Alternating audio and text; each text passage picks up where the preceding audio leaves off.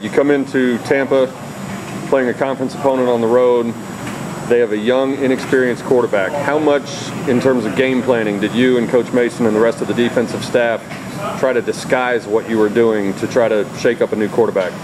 Well, we saw in the film that he's a productive guy. He does a lot of good things, and he's young, but he's very competitive, and he made a lot of plays coming into this game. And so we tried to disguise some things. Now, they were more of a no huddle, and they decided to huddle this game. And so that enabled us to do a little bit more of the disguising and that type of thing. Those guys did a great job, I think. So what concerned you the most about their quarterback or about their offense coming into today? Well, they're a big physical team now. They'll pound you, and if you can't stop it, then they'll have their way with it. And going into the game, we really preached all week of being real physical, holding the point. And if we were able to do that, and then when they get in the longer, down the distances, we can bring a little pressure to get after them a little bit. Your senior safety, Jay Scott, comes up with 2 interceptions tonight. How much of that was a product of him having a good game, and how much was the secondary had a good game and he was sort of right place, right time? Right. Well, he did a great job all week of studying and doing a great job of really evaluating film. And they did some of the same things they showed, and ran a lot of digs, and he jumped all of them. He did a nice job of reading the quarterback and reading routes and came across some big plays. So, we've been in position all year. We just haven't finished a lot of them. Today we did.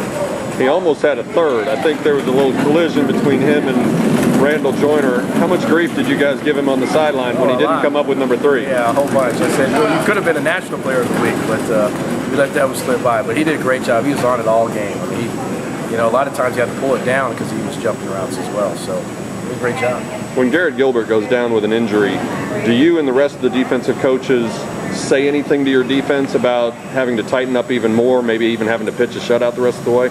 Well, we knew that coming into the half it was 3-0, and so every yard was critical at that point. We had to keep it real tight. Every play was big, and so those guys in halftime, they were really focused. I could see it in their eyes, and they came out and they did it.